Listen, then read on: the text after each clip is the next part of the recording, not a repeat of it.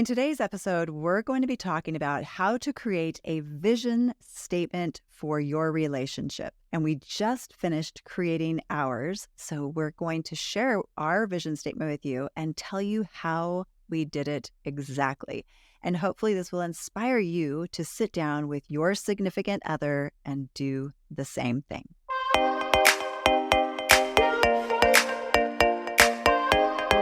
All successful businesses have a vision statement. And in business, if we don't have a goal, it's just a wish or a hope. And as I like to say, a hope is not actually a business strategy. It's just a hope. Much the same in our relationships. We can have hopes and dreams for our relationships. Yeah. We can even have goals, but hopes are not a good strategy for the success and the growth of our relationship either. Exactly. So that's why we're talking about how to create a vision statement for your relationship today. And why you need one in your family. Yeah. So absolutely. let's just go through maybe a few reasons why you might want to create a vision statement for your family or for your relationship, or maybe both. I think Robert and I are doing both this year, a vision for our family as a whole, a vision for us individually as a partnership. But let's talk about why we decided to do this, because we've done similar things in the past. We did it just a little bit differently this year. Let's talk about why we decided to do that. So this year we really wanted to incorporate the vision statement that's going to add to the values, which we're going to talk about in a little bit. But it helps us to make better decisions for our relationship because we're more likely to act as we use this vision statement as this overall sort of framework for the goals and what we want to see our relationship do that year. We're more likely to apply any decision to that vision statement and see if it meets that. And what we like to say is where attention goes, energy flows. Exactly. And what's that Fight Club quote? If you don't know what you want, you end up with a lot that you don't want. Absolutely, so, in that same vein, a vision statement helps us to even define, to know what it is that we want so that we're not attracting or manifesting all these things into our life that really don't matter. They don't have meaning to us. And it helps keeps us focused, right? It helps us set boundaries. Well, yeah, I was going to say, I think one of the things that I've struggled with in the past is saying yes to too many things, because I've struggled in the past with maybe being a little bit of a people pleaser, maybe not having clear boundaries.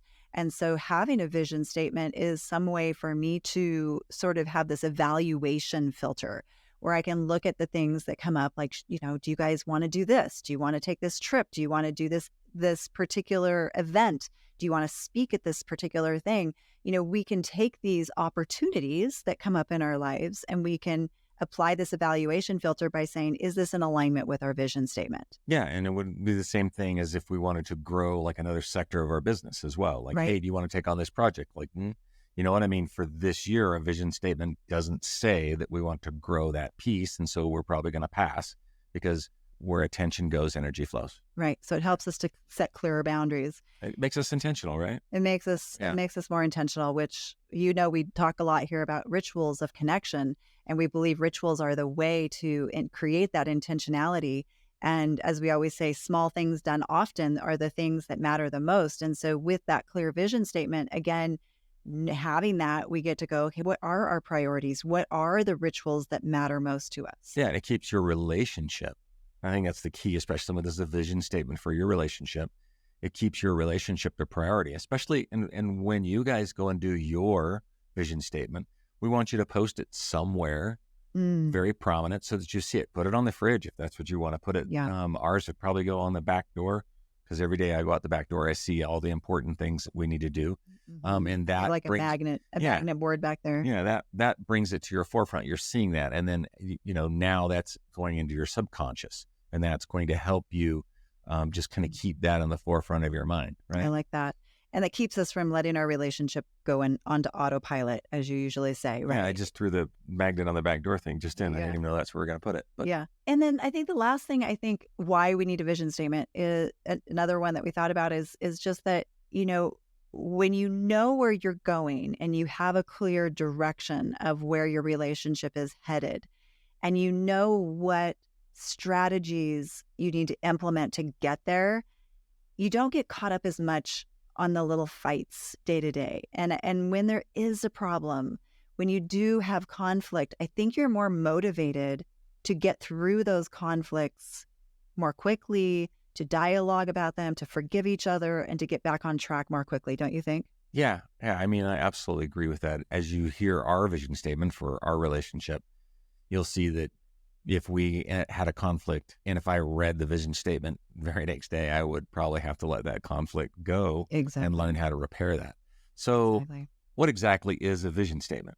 Right. So let's talk about what it is, and then we'll get into the nitty-gritty of how to do it. But Right. first, as you probably imagined, a vision statement is just this short, concise statement that really takes all of your intentions for the year, all of the things that are most important to you, and tries to put all of that into one short statement or just a phrase or something that is going to be like your main overarching theme for the year, right? And so this means that throughout the year, we're going to be making a dedicated effort to prioritize this vision statement. And then again, as we said earlier, we'll filter all of our family goals and our family decisions and projects and opportunities through this vision. Yeah. And the key, I think, here is that this is an annual vision statement based on our values and goals for the year. Other people, other organizations, they have a vision statement that just carries them throughout, an indefinite time period. But we want to be clear that this is just an annual vision statement because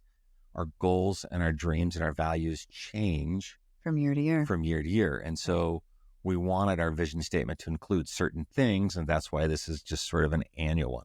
We wanted this vision statement for us, we wanted it to represent our hopes and our dreams and some big picture ideas about those things that were important to each one of us individually and then as we come together, right? Yeah, I think that's an important point that it does change potentially from year to year. You might do a vision statement every year and have a lot of similarities from year to year. But then, as you just said, like things can change, life can change us. So it is a good idea to revisit this vision statement and see what you need to do to maybe update it a little bit. So when we were looking at our individual goals, like Robert said, we want it to represent both of our ideas. So we wanted it to be a collaboration. And so we were very intentional about like writing it together so that we could both take pride and ownership in it. Yeah. And we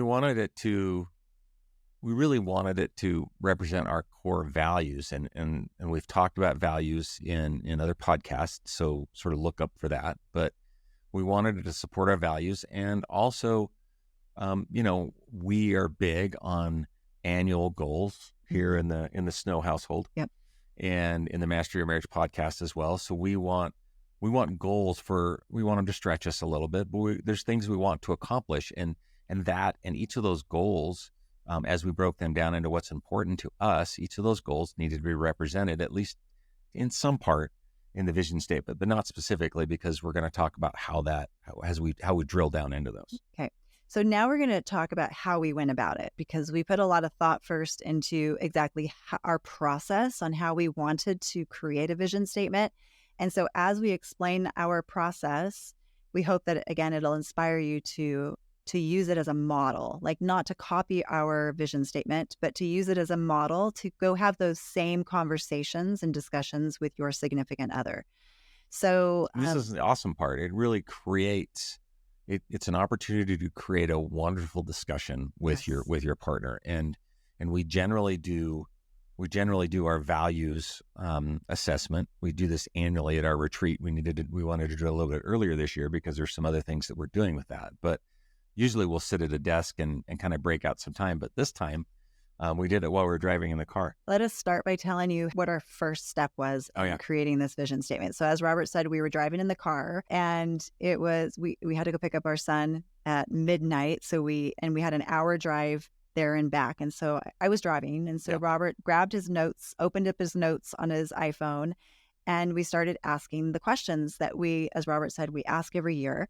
But we started out by doing a values assessment for each other's values in the context of our relationship. So what does that look like? What question did we ask? So the question was, in the context of marriage, what is important to you? Right. Right. And so then you just sort of just brain dump, like, I have a whole list, and if you're watching it, if you're watching on YouTube, like this is sort of the brain dump list. And I just write down just everything that comes into mind. And then you sort of have to ask the question again, because it's like, what's important to you? And you say, oh, like love and Respect and respect and trust trust. And and so loyalty. you're And then getting, you go blank and then you yeah. go, okay, what else is important to you in the context of our marriage? And you keep digging. And you keep digging and digging. And it's surprising because you sort of draw a blank and then you ask again, and then all of a sudden 10 more things pop into your mind and you dump those out again. And so we just continue asking, what is important to us? What is important to us? What is important to us? And so he wrote down his list first, and then I was driving. So I just started naming off the things that were important to me. And we really didn't share our lists Yeah, at first. that's the interesting part, especially when we talk about kind of the lists. Generally, we'd do these individually. We'd ask each other the question and just sort of write it down. In this case, because I was the scribe, I got to hear her things. I was like, oh, dang it. Wish I had that on my list. I'm going to add it to my list. Yeah, well, and I tried not to because I really wanted it to be much the same that we've done before. But we ended up with a really big It took us list. about an hour to go through and create these two lists. Yes. His list of what was most important to him in our relationship, my list of what was important to me. And I think on our lists, you had like 50 things on your list, and I had 40 things on my list. So it was really comprehensive. Yeah. So we had to go through this massive list and look for words that had similar meanings or words that represented the same concept. So in the NLP world, we call that complex equivalence. So we just I looked at my list. Oh, this word has the same meaning as this word. So I'm just going to group those two things together. So that shortened our list down a little bit. So it wasn't quite sitting at like 50 items anymore. Yeah, that's a process. Just like, oh, well, I think these words mean the same thing to me, or at least the way I look at that word, it can mean the same thing as those as those 3 or 4 words. And so we chopped those lists down. That whittled down the list a little bit. And then we said, okay, now order what's left in order of importance. And this was really hard. Yeah, and I remember one of the things early on we learned that this has to just be unconscious. Yeah. Like you look at it and you're like, that is most important. And you just write it down. I mean, you get 5, right? Well, that was the end goal. But at first we just looked, okay, what's most important? What's the next most important? What's the next most important? And just rank them. And you just 1, 2, 3, 4, 5, 6, 7, 8, 9, 10. And the faster you can do it, it gets the conscious brain out of the way a little bit more and gets more of your actual true answers. So just do that part really quickly. So then once we were done, we really honed in on just the top 5 on each of our lists. Yeah. Or top 6 in my case. I just couldn't figure out how to do 5. Yeah. So we looked at the top, because the thing with values on an unconscious level, they are actually hierarchically organized on an unconscious level, which means some of those things are far more important to us than other things. And we really wanted to hone in on what was at the top of our lists. Absolutely. And your top 5 are really the ones that drive your almost all of your unconscious decisions. Yeah. All of them or just almost all of them? Well, everything that you're motivated to do is going to be in your top 5 or 6 or 7 things in your values. And that's why this is so important to dig down and figure out what they are, because if you just ask the question enough times and then you rapidly rank order them, you're really taking the conscious mind out of the equation. You're letting your subconscious, which is really driving truly how you feel about that. And then you need to compare your list to your partner's list. So then we took our top 5, his top 5, my top 5. We had a lot of overlap, which wasn't surprising because we do this every year and we stay really experts in each other's lives. So we had a lot of similarities in our top 5. We had some words on his list that meant the same thing as words on my list. So then we said, okay, let's make a combined top 5 list. Let's mix yours with mine and let's come up with a top 5 list of our combined relationship values. So now we're going to tell you what they are. Drum roll. What are our top 5 values going into 2024? For Robert and Charlotte. Okay. Yeah. So our first one is friendship. And so what we defined that, because we had to take a minute and go, okay, what does that mean? Because what does that mean to me? What does it mean to you? Words mean different things to different people. And so we had to sit and talk about it. Okay, what does friendship mean to you? And why is that important to you? And is there a story behind that for you? And tell me more about that. So even each of these top 5 demanded we sit down and have another conversation. I think anytime you sit down and have conversation with each other, it's a beautiful thing. So This was great. So what friendship meant to us was what? Well, so what it meant to, as we put our list together, was emotional connection, spending time with each other, doing things that we love, Mm-hmm. right? Sort of boiled that down, and Having fun even just adventures fun together. activities and adventures Yeah. was part of it. Experiences. Yeah. Right. Yeah, I thought that was, and that pretty much sort of sums up the sort of the friendship side as we combine our two together on that Right. one. So what was our second? So that was That's value number friendship. one. And then the next one on our combined list was Was loyalty. Oh loyalty. man, that's for me. That was having each other's back, Yeah. right? We got to really, I gotta pick you, take your side publicly, right? Mm-hmm. It's also like we're a united front. Yes. So that means we're not going to gossip about each other behind each other's back.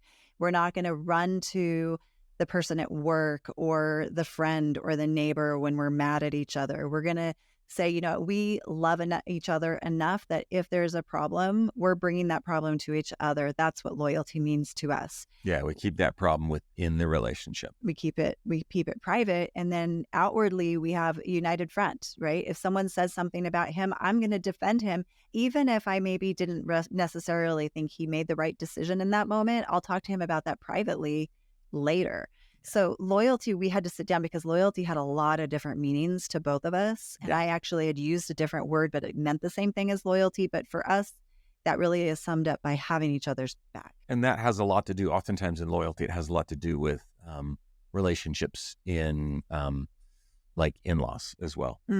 Brothers and sisters and things like that can sometimes say things, and you may be willing, you may say like, yeah, I know he's a meathead, but I love him anyway, instead of saying like, no, he's my meathead.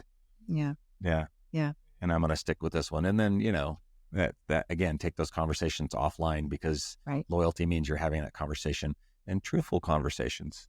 And being honest and being able to take that feedback from each other. Yeah. That's like, next one's acceptance. So our third value we came up with is acceptance. And, and I think as we sat down and we delved into what acceptance meant to both of us, it was recognizing that we love most things about each other, but maybe sometimes not everything, right? And so we do learn to live with the rest of those little idiosyncrasies. Like the other day, we went to church. Oh, I was going to say, where's this going? I want to hear this. And I can be kind of spacey sometimes. I can be kind of have my blonde moments, and I took my keys to church, didn't put them in my purse. I sat them on the pew, and I left and couldn't find my keys anywhere. And we spent forever. And I was certain that that's where I had left my keys. We looked for an hour for my keys. And Robert knows I can just be kind of an airhead sometimes. It wasn't at all where I said I left them.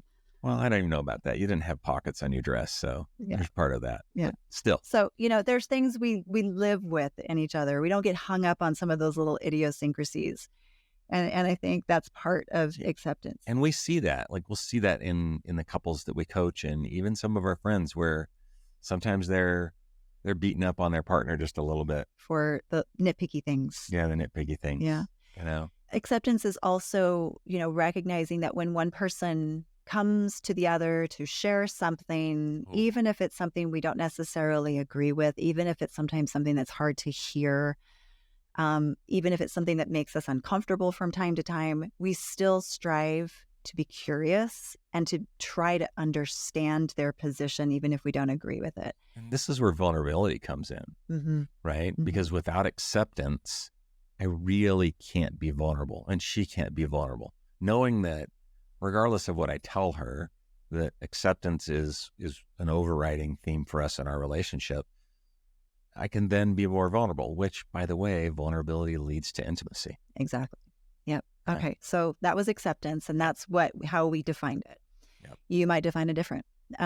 Okay. So the next core value in our relationship that was important for our combined list. I want to say it. You say it. Yeah. Physical intimacy and passion. And this means we prioritize sex, sexual and non-sexual physical touch. Yeah. And also to us, and we both sort of came up with this, it means that we want to be desired, and we want you to choose. We want to choose each other. We want to choose, feel chosen, and feel desired, feel wanted. And, hey, like it or not, it feels good to be attracted by and to each other. Right. So yeah, without a doubt. So that's that being wanted, being chosen. And so that passion is important to us, even as old as we are. Right. And then our last, and Robert actually came up with the language for this one, which I loved. I had a different word for it, but when he said it and it had the same meaning, I was like, oh, I want to use yours in our combined list because I love it. And he used the word counselor and confidant.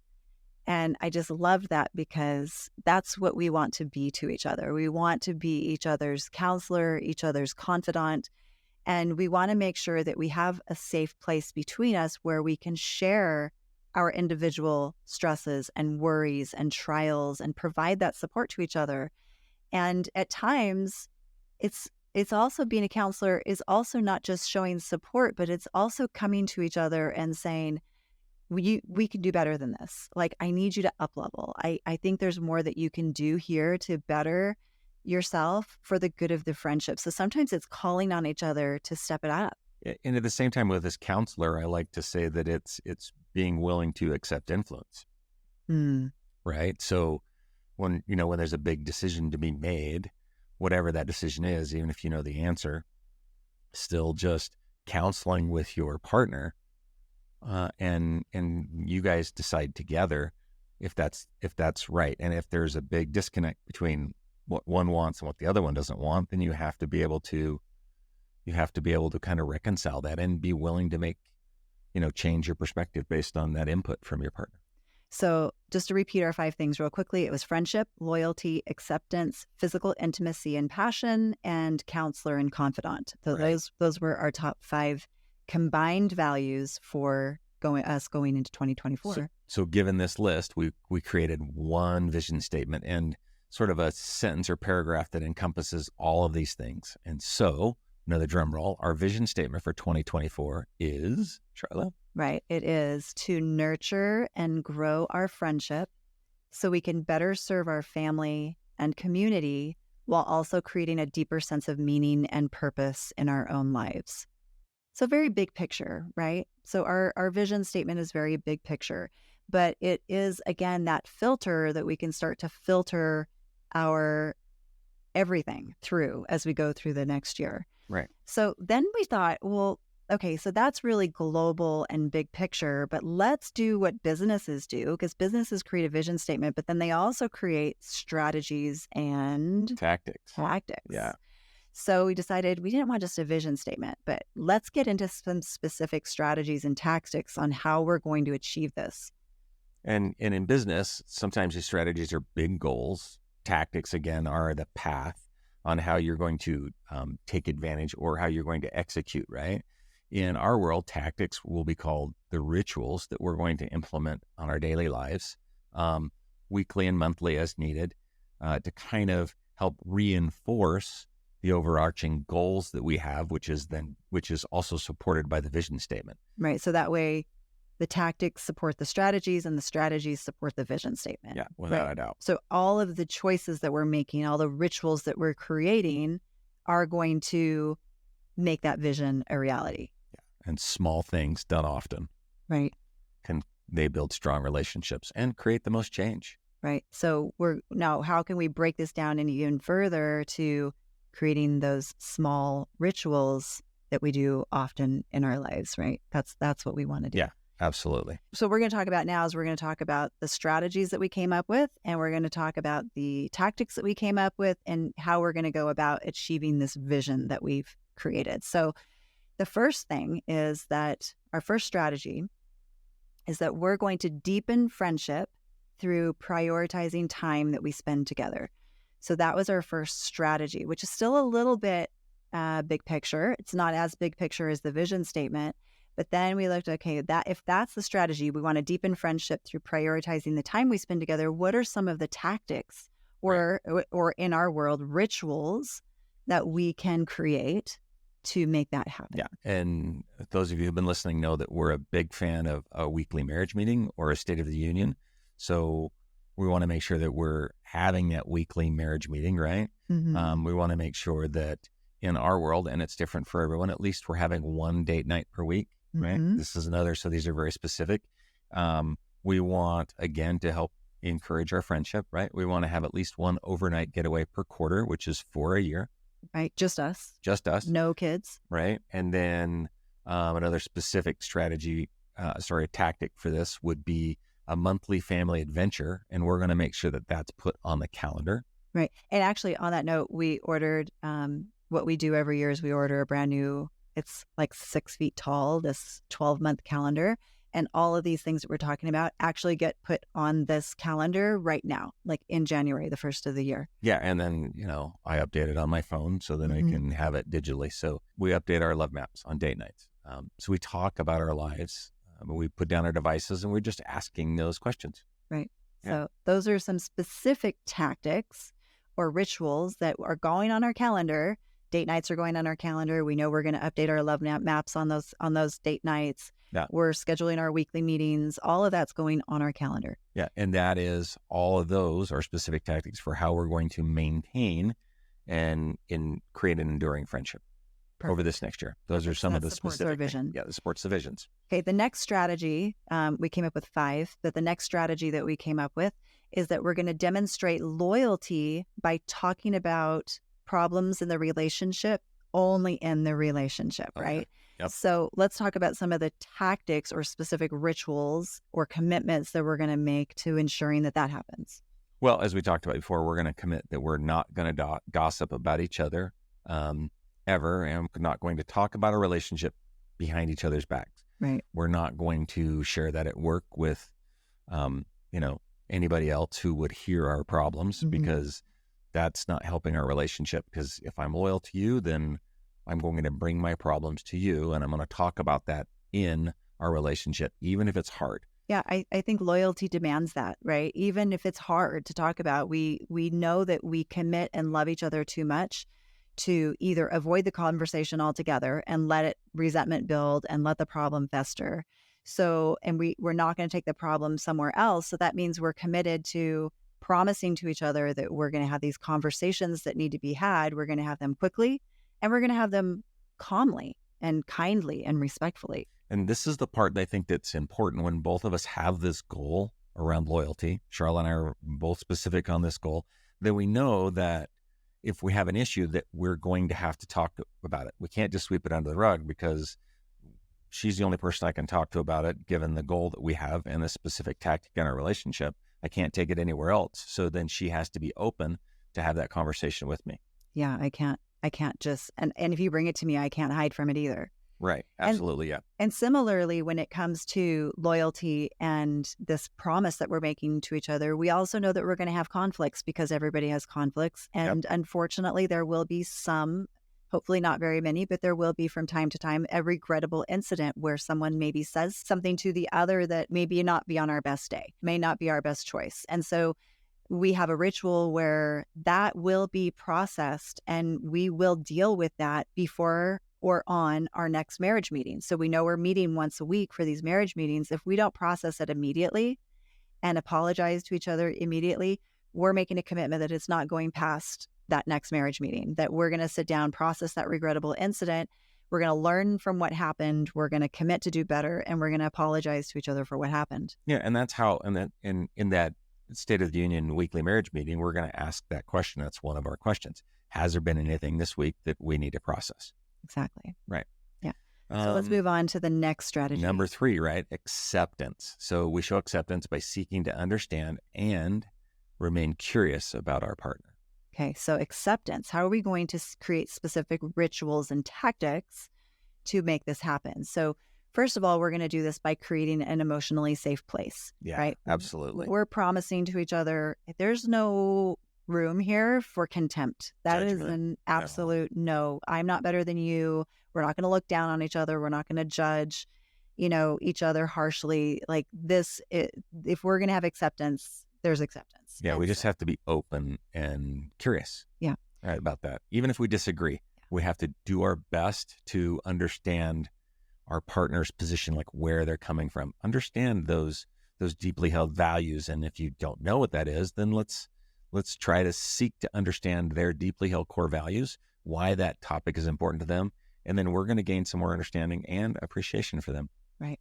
So also in order to have more acceptance in our relationship, we are agreeing to that if one person shares a vulnerability that we are going to express gratitude to each other for their willingness to do that, because we know that it's not easy to express vulnerabilities. And so, again, there won't be judgment around that. There's going to be gratitude and appreciation instead. And I think goes along with that when it comes to acceptance is not weaponizing that vulnerability. Mm. Because I think sometimes that happens, you get spun up and you get mad and you're like, well, yeah, but you said blank. That acceptance means that you don't get to use that as a tool or a weapon against them, even if you're having the worst day on the planet. Yep. Right. And then an idea Robert had to make this more of a ritual that I loved as we were talking about ways to create tactics around this is he's like, why don't we add this to our weekly marriage meeting questions that we ask every week? Why don't we ask the question, how can I help you to feel more accepted in the upcoming week? And if there is something that comes to mind, share that thing, and then the other person commit to trying to do better in that particular area. I thought that was a great idea. Yeah, I like that. Then we can also give and receive feedback on how we can show more acceptance through the year just by asking that question. Yeah. Just by asking that question. Okay, let's talk about how we're going to do more physical intimacy. Oh, we'd love to do more physical intimacy, wouldn't we? So what are some specific tactics in order to do that? So this one I always thought's interesting, and I hear it from probably Charlotte more than anything else, right? Is scheduled sex. Yeah. Okay, you guys, I know some people disagree with this, but I love scheduled sex. The times where, and certainly it's not always scheduled around here. There's a lot of spontaneous sex too. But when we have it on the schedule, first of all, that you're not going to, a bunch of time is not going to go by and you're going to not do that. But not only that, but to me, especially for me, I find that I have more arousal, and that arousal is easier for me when I'm thinking about the different things throughout the day. Like, it's going to happen. So you think about, what you're going to wear, or what perfume you're going to wear, or how you're going to set things up. And so for me, it actually increases arousal and desire. So I think scheduled sex is a great way to have a specific ritual or tactic in order to create more physical intimacy. Yeah, I mean, and even for, from my perspective, it's always sort of fun. Just like, oh, hey, I know that we have this time when we're going to be together. Intimacy is huge on my list, right? And it's like top, I'm not sure. I think it was number 2 for you. Yeah. And so that's, for me, intimacy is sex and connection. So like when that happens, that's meeting like one of my top needs. But what I want to talk about next in this intimacy side is this rituals for non-sexual touch. Right. Right. Because I think there's a lot of people and there's some people that are not, physical touch is not really their thing as much, right? It's not the one thing that really spins them up. But having a way where you can commit to asking the question and understanding what non-sexual touch is like in your relationship, where you can commit, whether it's just touching. Charlotte would always do this thing where she would just put her hand on my leg and put her hand under my seatbelt while we're driving, right? Not necessarily sexual, but it was just her way of connecting with me via touch. And I think it's important to kind of find out what really works for your partner, ask them, or maybe even just pay attention, right, to what types of things are working non-sexually. You're just trying to hug or rubbing the back, rubbing the arm, whatever that would be. Those are super important to kind of dig in and find out what that is. And then we want to then create a ritual around that sexual and non-sexual touch, right? So that you're just kind of increasing your intimacy and your connection before you leave, when you come home. So for us, we have a morning ritual, and that morning ritual is always a hug and a kiss before Robert usually leaves first, before he leaves the house. We have a ritual for how we greet each other at the end of the day. So we embrace when he comes home. He usually comes over, gives me a hug, maybe kisses the back of my neck. Other rituals that we have that enhance physical intimacy, we'll hold hands. Maybe we'll go for a walk after dinner, depending on the weather. And we'll hold hands while we go out on the bike trail that's behind our house. Or as Robert said, when we're driving in the car.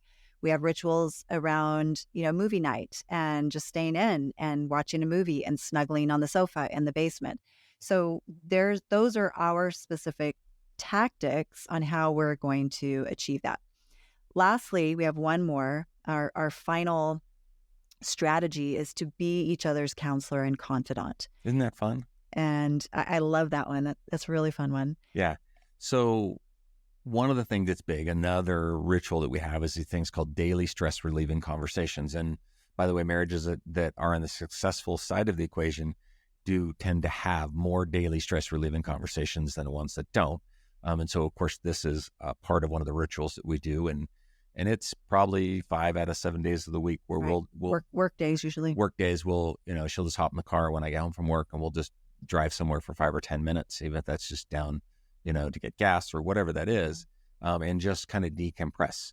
And the key thing with that we've talked about on previous episodes, like the one we just did recently on meta emotions, is that when you're listening to your other person's stresses and worries and concerns, your job isn't to fix anything. Right. Your job is just to be the confidant. Your job is to just listen and let them share with you. If they ask for help, great. But unless they ask for help, it's really just about listening and being there for them. And so these stress relieving conversations, like Robert said, this is something that we've done already, but we're going to continue doing throughout the year. That's a specific tactic to be each other's confidant and counselor. The next thing is that is accepting influence. And this we've talked about already today, but we ask for each other's opinions. We want each other's opinions on how to approach everything.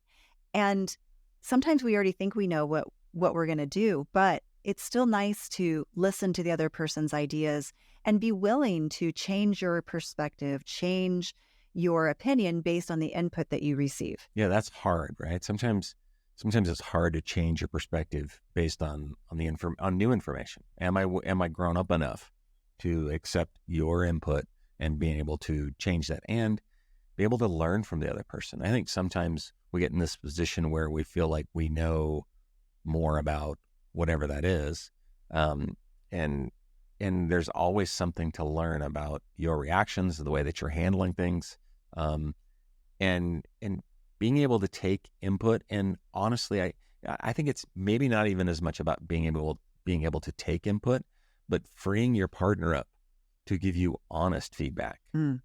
Right? I think it's freeing them up to give you honest impact,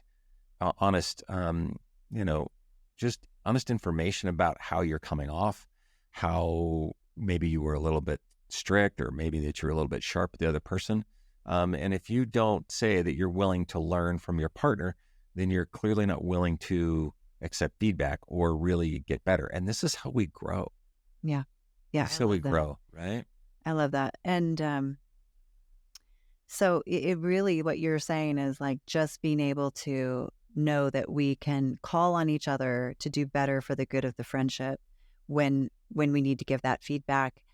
And again, going back to what we said earlier, which was our number 2, I think on our list, was you have to have that acceptance, right? There has to be acceptance in the relationship to be able to have those kinds of conversations. Yeah, absolutely. There has to be that and trust and that loyalty to be able to have those conversations. Yeah. So all of these goals sort of support the other goals, and they help us to achieve that vision statement, which I'll just say it one more time for fun, and then we'll wrap this up. So our vision, all of these things combined, our vision for the year is to nurture and grow our friendship so we can better serve our family and community while also creating a deeper sense of meaning and purpose in our own lives. And we hope that you will take the opportunity in your relationship to build out your own vision statement, to take some of these steps and find a way to create something that has as much impact and meaning in your life as these steps do for us. This is a non-negotiable thing for us on an annual basis. We don't skip this. We don't miss this. This is the piece that we feel like is more important than setting a goal to lose weight on New Year's Day or go to the gym. Absolutely. This is because what else is more important to you really in your life than your most important relationship? Yeah. Is going to the gym as important as this? Is losing 5 pounds as important to this? I mean, to me, the answer is not even close, because as we strengthen our relationship, it filters out to everything else in our life, our health, our family, our career, our friendships. Everything gets better as our relationship gets better. Yeah. Well, I think this was awesome. I think this was great. So remember, as always, be kind to each other. Put each other first.